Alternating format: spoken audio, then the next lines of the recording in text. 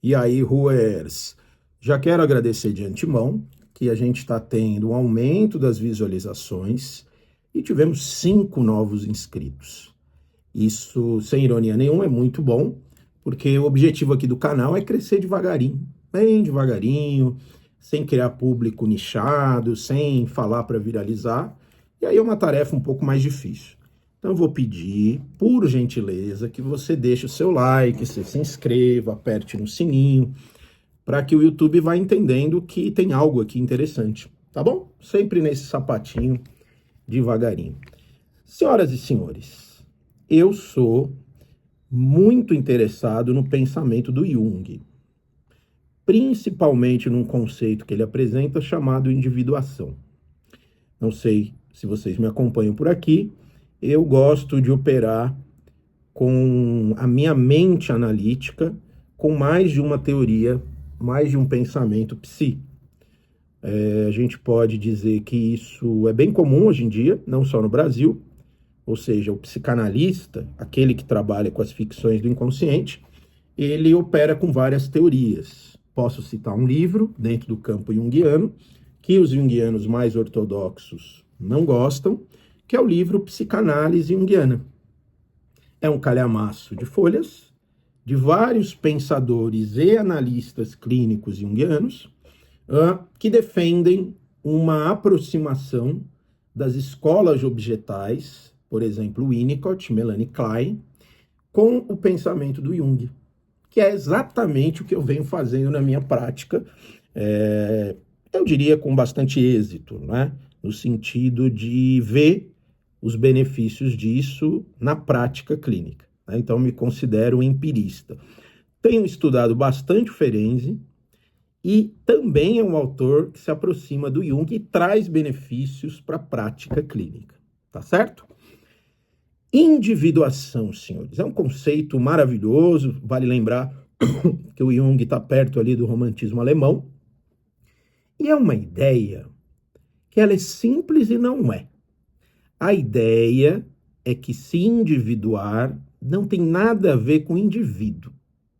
Individuar quer dizer o processo em que você vai se relacionando com a cultura, vai se diferenciando da cultura e também vai se relacionando com os opostos, com as dualidades que você carrega. Então, o pensamento do Jung é um pensamento de opostos, não é? Bom, você tem o amor, você tem o ódio, você tem a vida, você tem a morte. Se a gente parar para pensar, você tem o dia, você tem a noite, né? Se a gente parar para pensar, estamos imersos o tempo inteiro nos opostos. Quer dizer que o Jung defendia o caminho do meio? Portanto, seria a individuação uma espécie de lugar entre? Não, isso é um equívoco. O pensamento do Jung é dialético, ou seja, a ideia é que a consciência, o ego, esse eu, não é? Eu sou, eu vou na padaria, eu gosto de Carolina, eu quero dar para o Carlos, eu, ego, consciência. A ideia é de que você realmente precisa se separar do inconsciente, não é? Para fazer escolhas, senão você fica numa pasmaceira sem fim. Porém, você precisa voltar ao inconsciente, porque o inconsciente para o Jung é a força da natureza bruta, similar à força de uma cachoeira. Né? Uma vez eu fui lá para a Chapada dos Veadeiros e tem uma cachoeira muito volumosa, inclusive bem distante tem lá uma faixa que nos impede de nadar até lá. Ora, se você nada até aquela cachoeira, muito provavelmente você vai se dar mal. Não é? O inconsciente é mais ou menos isso. Essas forças volumosas do inconsciente incluem tudo aquilo que não pôde ser vivido desde a infância, todos aqueles pontos que foram reprimidos, por exemplo, e as forças do inconsciente coletivo. Não vou entrar aqui porque é papo para um outro vídeo sobre o inconsciente coletivo.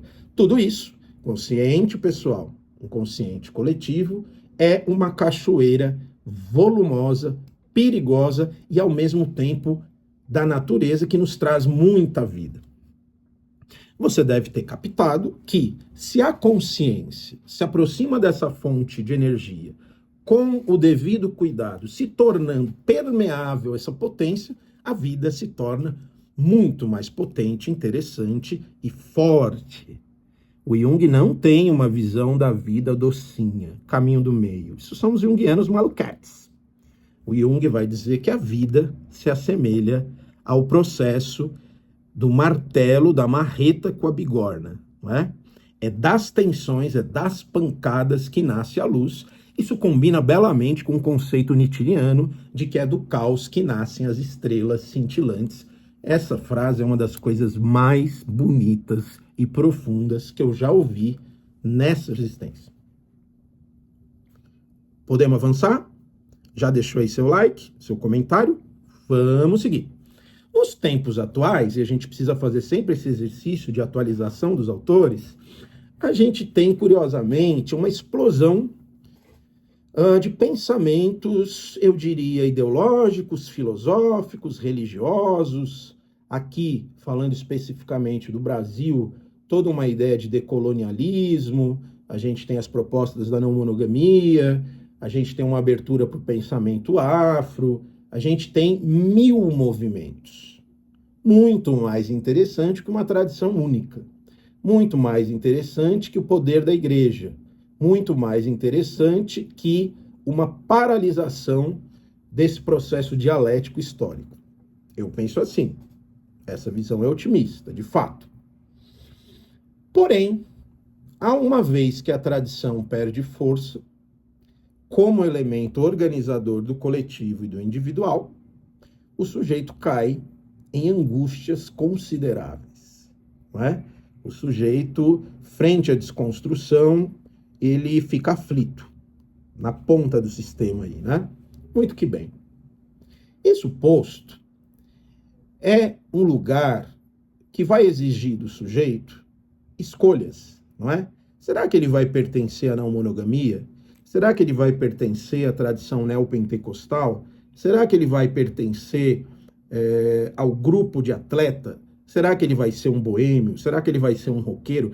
Ele vai fazer essas pertenças e, de certo modo, tentar viver com as ideologias desses subgrupos, desses nichos, né? Eu sou esquerda, eu sou direita, eu sou extrema esquerda, eu sou extrema direita, né? E não pega bem para a cultura que ao ficar num grupo, você frequente outro. Em linhas gerais, né? Por exemplo, não soa bem aos ouvidos você dizer eu sou a esquerda frente a essa pauta, mas eu sou mais à direita nessa, eu sou mais ao centro nessa. Isso é visto com péssimos olhos. Tanto que no meio progressista é dito que se alguém se diz por aí, na verdade ele é uma pessoa de direita, né? E por aí vai, né? O maniqueísmo, um momento assim muito pouco reflexivo na nossa cultura no que diz respeito a essas paixões, que são necessárias, que fazem parte, né? Quando Jung diz da individuação, ele vai dizer que para você não sucumbir a essas ideologias da cultura, só há um caminho. Você pagar o preço de ser quem se é. Você fazer essa integração, digamos assim, com as forças do inconsciente, ficar atento a esse movimento dialético, não é? E ter enraizamento na própria psique.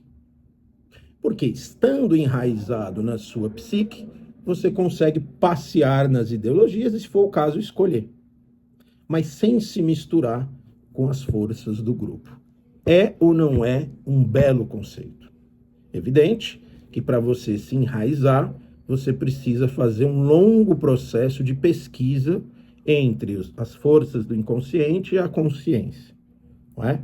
Muito provavelmente você vai precisar fazer mudanças na sua forma de guiar a sua vida. O Jung vai trabalhar muito com a mudança de atitude, tanto frente à vida, como frente ao inconsciente, não é? De certo modo, é isso que nós procuramos numa análise. Mas a grande sacada é levar isso para a vida. De maneira que, ao invés de fortalecer os nossos pontos de vista, a gente entender que tudo isso é transitório. Portanto, há uma lei, podemos chamar assim, de uma impermanência, não é? De devires, de fluxos e de abertura para o novo. Isso é o que torna a vida muito interessante. E é isso que me apaixona, por exemplo, pela vida. Tá? Diz aí o que você achou desse vídeo, vai ser muito massa te ouvir. E é com muita honra que eu vou escutar aí, vou ler, melhor dizendo, seu comentário.